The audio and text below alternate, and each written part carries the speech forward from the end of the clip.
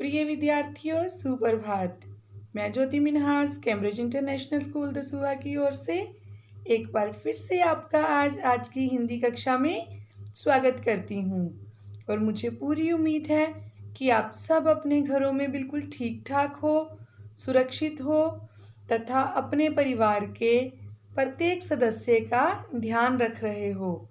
तो बच्चों, पिछले सप्ताह हमने सबसे पहले गिल्लू कहानी पढ़ी तथा गिल्लू कहानी के माध्यम से मनुष्य तथा जानवरों के जो संबंध हैं उन संबंधों के बारे में जाना कि किस प्रकार अगर कोई मनुष्य पालतू पशु, पालतू पक्षी को रखता है घर में, उसकी देख रेख करता है, उसको प्यार करता है, तो वो पशु पक्षी भी बदले में हमें उतना ही प्यार देंगे। तो इस तरह गिल्लू कहानी का संदेश जो है कि हमें जानवरों से, पक्षियों से प्यार करना चाहिए, वो हमने सीखा। उसके बाद हमने संवाद लेखन पढ़ा। संवाद लेखन, डायलॉग राइटिंग, कि संवाद लेखन जो है वो परीक्षाओं के पॉइंट ऑफ व्यू से, एग्ज़ाम्स के पॉइंट ऑफ व्यू से हमने कैसे लिखना है। वैसे तो हमने समझा कि जब हम आपस में बातचीत करते हैं तो हम उन्हें संवाद कहते हैं, डायलॉग्स। पर उन डायलॉग्स को, उन संवादों को लिखना कैसे है, तो उसे संवाद लेखन कहते हैं। संवाद लेखन के नियम हमने पढ़े, सीखे। उसके बाद हमने भिन्नार्थक शब्द पढ़े।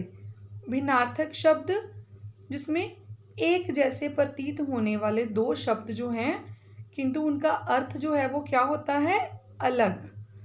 तो इस तरह पिछले सप्ताह हमने व्याकरण तथा एक कहानी पढ़ी। तो आज अपने अगले विषय को शुरू करने से पहले एक बात मैं आपसे करना चाहूँगी कि बच्चों, बड़ी अच्छी बात है अगर हम अपना रोज़ का काम जो है वो पढ़ते हैं, अच्छे से लिखते हैं, किंतु पढ़ाई के साथ साथ एक चीज़ जो है वो और भी है जो बड़ी ज़रूरी है। वो क्या है? एक अच्छा इंसान बनना। पढ़ना लिखना, पेरेंट्स की बात मानना, ये सब कुछ सही है, ये सब अपनी जगह पे सही है, किंतु एक अच्छा इंसान बनना, अपने मन में इंसानियत की भावना भरना जो है वो बड़ा ज़रूरी है। मुझे उम्मीद है कि मेरे बच्चे अपने जीवन में एक अच्छा इंसान बनेंगे। तो बच्चों, आज हम एक नई कहानी पढ़ेंगे। जैसे कि मैंने आपको अपनी पिछली वीडियो में भी बताया कि ग्रेड 9 में अर्थात कक्षा 9वीं में हमें दो पुस्तकें हैं, एक स्पर्श तथा एक संचयन। तो हमने गिल्लू कहानी जो पढ़ी वो संचयन पुस्तक में से थी। आज हम जो कहानी पढ़ेंगे वो भी हमारी संचयन पुस्तक का दूसरा पाठ है। तो आज हम जो कहानी पढ़ने जा रहे हैं वो कुछ हमारी यादों से संबंधित हैं। कुछ चीज़ें, कुछ बातें ऐसी होती हैं जो हमें कभी नहीं भूलती। और ऐसी ही एक कहानी जिसमें लेखक ने अपने बचपन की एक याद जो है वो हम सबके साथ बांटी है, हम सबको सुनाई है कहानी के माध्यम से। तो आज हम जो कहानी पढ़ने जा रहे हैं उस कहानी का क्या नाम है? स्मृति। स्मृति शब्द का अर्थ क्या होता है? याद, यादें। तो इस कहानी के माध्यम से लेखक ने अपने बचपन की एक याद जो है वो हम सबको सुनाई है। तो आज स्मृति कहानी पढ़कर हम लेखक के बचपन की उस घटना के बारे में जानेंगे। किंतु स्मृति कहानी जो है हम दो भागों में पढ़ेंगे। आज उसका पहला भाग, उसका शुरू तथा मध्य, तथा कल उसको अंत तक पढ़ेंगे।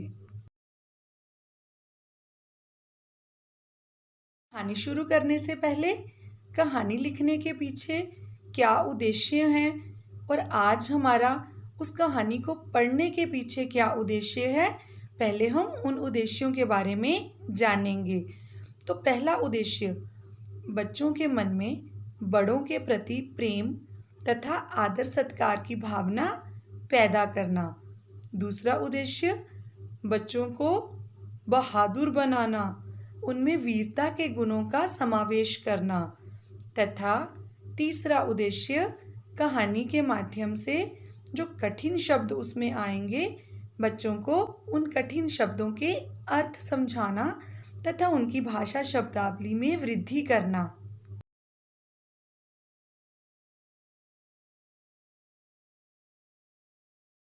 ये घटना 1908 ईस्वी की है।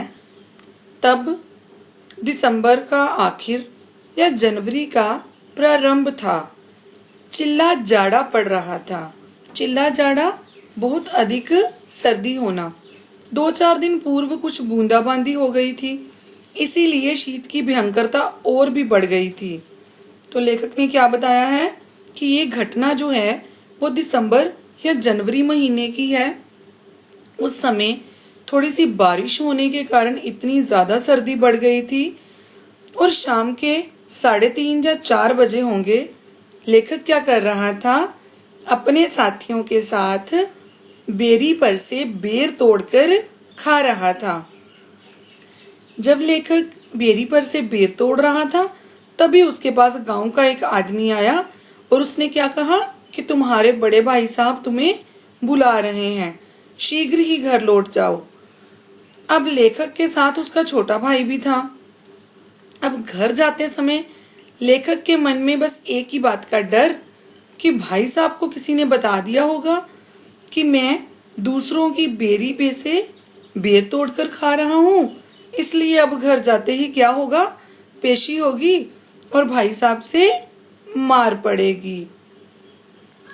और जैसे ही लेखक घर पहुंचता है, वो दरवाजे पर जाकर क्या देखता है कि उसके बड़े भाई जो हैं वो कुछ पत्र लिख रहे हैं।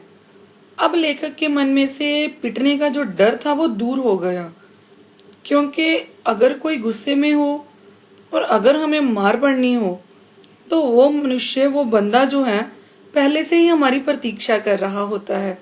किंतु जब लेखक दरवाजे पर पहुंचता है, वो देखता है कि भाई साहब बड़े शांत अपने पत्र लिख रहे हैं। जैसे ही लेखक उनके पास पहुंचता है तो बड़े भाई साहब उन्हें कुछ चिट्ठियां पकड़ाते हैं। अब बड़े भाई साहब ने लेखक को वो चिट्ठियां क्यों दी? भाई साहब ने लेखक को वो चिट्ठियां पकड़ाते हुए कहा कि मक्खनपुर डाकखाने में डाल आओ, तेजी से जाना, जिससे शाम की डाक में चिट्ठियां निकल जाएं। ये चिट्ठियां बड़ी ज़रूरी हैं। अर्थात बड़े भाई जो चिट्ठियां लिख रहे थे, उन्होंने लेखक को इसीलिए बुलाया था क्योंकि वो चिट्ठियां जो थी वो डाकखाने में डालनी थी। तो लेखक को मक्खनपुर भेजा कि वहाँ जाकर ये चिट्ठियां जो है वो डाकखाने में डाल आओ, क्योंकि 1908 ईस्वी की बात है। तो उस समय हर गांव में पोस्ट ऑफिस जो थे वो नहीं थे, तो दूसरे गांव में चिट्ठियां डालने के लिए जाना पड़ता था। इसलिए लेखक को दूसरे गांव में चिट्ठियां डालने के लिए जाना था। जाड़े के दिन थे, अर्थात सर्दियों के दिन थे। उस पर से बड़ी ठंडी हवा चल रही थी और हवा भी ऐसी थी कि शरीर के अंदर तक उस हवा की ठंडक जो है वो पहुंच रही थी। हमने कानों को धोती से बांधा। माँ ने बुझाने के लिए थोड़े चने एक धोती में बांध दिए। हम दोनों भाई अपना अपना डंडा लेकर घर से निकल पड़े। लेखक क्या कह रहे हैं कि जब हम चले तो माँ ने हमें थोड़े से चने दे दिए कि उसे भुना लेना रास्ते में। और हम दोनों भाई, लेखक के साथ उनका छोटा भाई जो है वो भी साथ में जाता है चिट्ठियां डालने के लिए। तो दोनों भाइयों ने अपना अपना डंडा लिया। उस समय उस बबूल के डंडे से बड़ा प्रेम था। लेखक क्या कह रहे हैं कि उस समय मुझे अपने डंडे से बड़ा प्यार था। कहते इतना प्यार किसी को अपनी राइफल अर्थात बंदूक से नहीं होगा जितना उस समय मुझे उस डंडे से प्यार था। अब लेखक को उस डंडे से मोह क्यों था?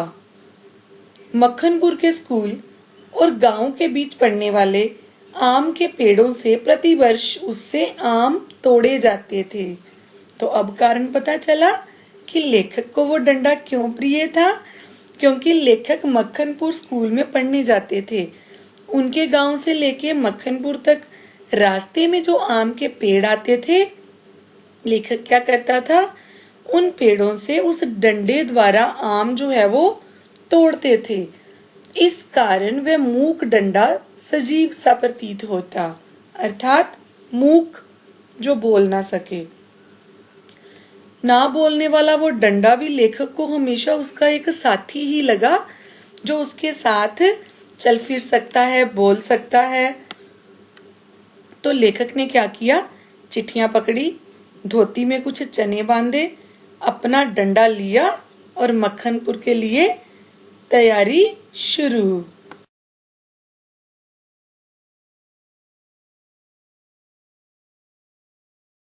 अब लेखक अपने छोटे भाई के साथ मक्खनपुर के लिए निकल पड़े हैं और साथ में उन्होंने अपना वही पुराना प्यारा डंडा जो है वो पकड़ लिया है। कौन सा डंडा? अभी मैंने जिसके बारे में चर्चा की थी कि उन्हें जो बबूल का डंडा बहुत अधिक प्रिय था, जिससे वो आम तोड़ते थे। तो लेखक अपने छोटे भाई के साथ तथा अपने प्रिय साथी अपने डंडे के साथ मक्खनपुर के लिए निकल पड़े।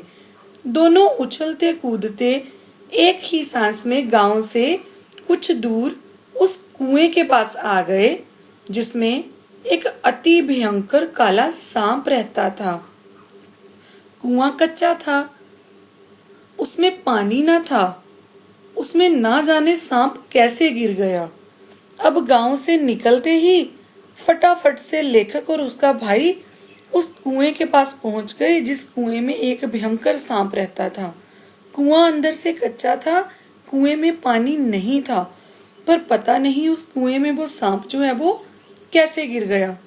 कारण कुछ भी हो, हमारा उसके कुएं में होने का ज्ञान केवल 2 महीने का था। अब ये बात किसने कही कि हमारा उस कुएं में सांप के होने का ज्ञान 2 महीने ही था? लेखक ने। अर्थात लेखक को 2 महीने पहले ही पता चला था कि उस कुएं में एक सांप है। लेखक क्या बता रहे हैं कि जब हम मक्खनपुर पढ़ने के लिए जाते थे, तो हमारी जो टोली थी बच्चों की, अर्थात हमारा जो बच्चों का ग्रुप था, जब एक दिन हम स्कूल से लौट रहे थे, तो हम वैसे ही कुएं में हमने झांका, और जैसे ही हमने कुएं में झांक कर एक ढेला जो है, मिट्टी का एक ढेला उस कुएं में फेंका, तो उस कुएं में से एक आवाज जो है वो बाहर आई। और वो आवाज किसकी थी? सांप की, फुसकार की।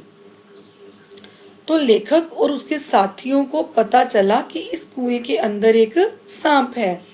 अब बच्चे तो बचपन से ही बड़े शरारती होते हैं।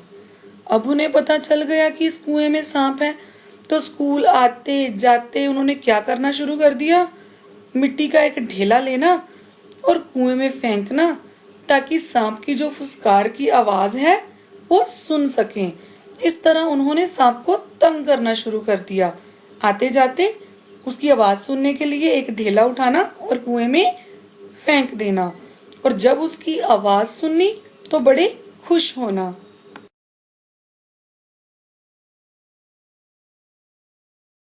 तो आज भी लेखक को वही चालाकी सूझी। भाई साहब द्वारा दी गई चिट्ठियां उन्होंने अपनी टोपी में रखी थी, ताकि बड़े संभाल कर इन चिट्ठियों को डाकखाने तक ले जाऊं। अब बच्चों का मन तो शरारती होता ही है। आप खुद सोचो, अगर हम कोई शरारत करते हैं तो हर रोज हमारा मन करता है कि क्यों ना वो शरारत जो है एक बार फिर से की जाए। तो अब लेखक ने कुएं में रहते सांप की आवाज सुनने के लिए मिट्टी का एक ढेला लिया और उसको कुएं में फेंकने के लिए जैसे ही लेखक झुका, लेखक की टोपी में क्या था? चिट्ठियां। जैसे ही लेखक मिट्टी का ढेला लेकर कुएं के थोड़ा सा अंदर की ओर झुके और वो ढेला जो है उन्होंने कुएं में फेंका, तो उसके बाद लेखक पर जैसे एक बिजली सी गिर पड़ी। सांप ने फुसकार मारी या नहीं, ढेला सांप को लगा या नहीं, लेखक को आज तक वो बात नहीं याद है। अर्थात जैसे ही लेखक ने मिट्टी का ढेला कुएं में फेंका तो हमेशा वहां से सांप की आवाज आती थी। पर लेखक क्या कह रहे हैं कि आज मुझे कुछ याद नहीं कि वो लेखक ने जब ढेला फेंका सांप की आवाज बाहर आई कि नहीं, ढेला उसे लगा कि नहीं। बस इतना जरूर हुआ कि लेखक पर एक बिजली सी गिर पड़ी। लेखक बहुत अधिक डर गया। अब लेखक के डर का कारण क्या था? ढेला तो लेखक पहले भी कुएं में फेंकता है, सांप की आवाज पहले भी उस कुएं में से आती है। वो तो स्कूल जाते समय आते जाते उस सांप को तंग करते हैं। तो आज ऐसा क्या हुआ कि जैसे ही लेखक ने मिट्टी का ढेला जो है वो कुएं में फेंका तो वो इतना ज्यादा डर गया कि उसे ना तो सांप की आवाज सुनाई दी, ना उसे ये पता चला कि वो ढेला जो है सांप को लगा या नहीं। सिर्फ और सिर्फ लेखक के ऊपर एक बिजली सी गिर गई। अर्थात लेखक एकदम से डर गए। तो अब लेखक पर अचानक बिजली क्यों गिर गई? जैसे ही लेखक ने मिट्टी का ढेला जो है कुएं में फेंकने की सोची, जैसे ही लेखक उस ढेले को लेकर थोड़ा सा झुका, लेखक की टोपी के अंदर रखी चिट्ठियां जो हैं वो एकदम से कुएं में गिर गई। अब बच्चों, इतनी ज़रूरी चिट्ठियां जिन्हें देते समय भी बड़े भाई ने बोला था कि बड़ी ज़रूरी हैं, आज की डाक में निकल जानी चाहिए, तो समय पर चिट्ठियां डाकखाने डाल आओ। अब ऐसी चिट्ठियां ऐसे कुएं में गिर जानी जिसमें सांप हो, और वो भी बड़ा भयानक सांप। तो लेखक का डरना तो स्वाभाविक था। अब लेखक तथा छोटा भाई जो है बहुत अधिक डर रहे थे।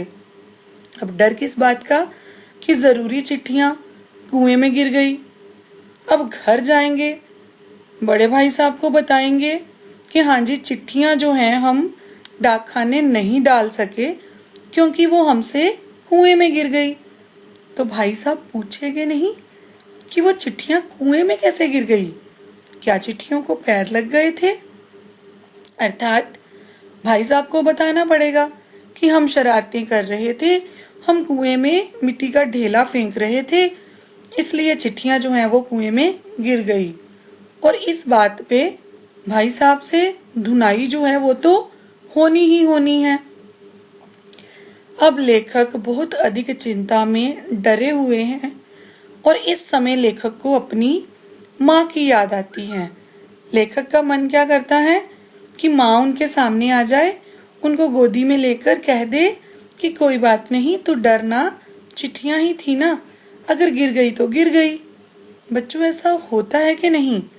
जब हमसे कोई गलती हो जाती है, कोई काम गलत हो जाता है, खराब हो जाता है, तो एकदम से माँ की याद आती है, क्योंकि हमें पता है कि 2-4 मिनट के गुस्से के बाद माँ ने सब कुछ भूल जाना है और फिर से हमें प्यार करना है।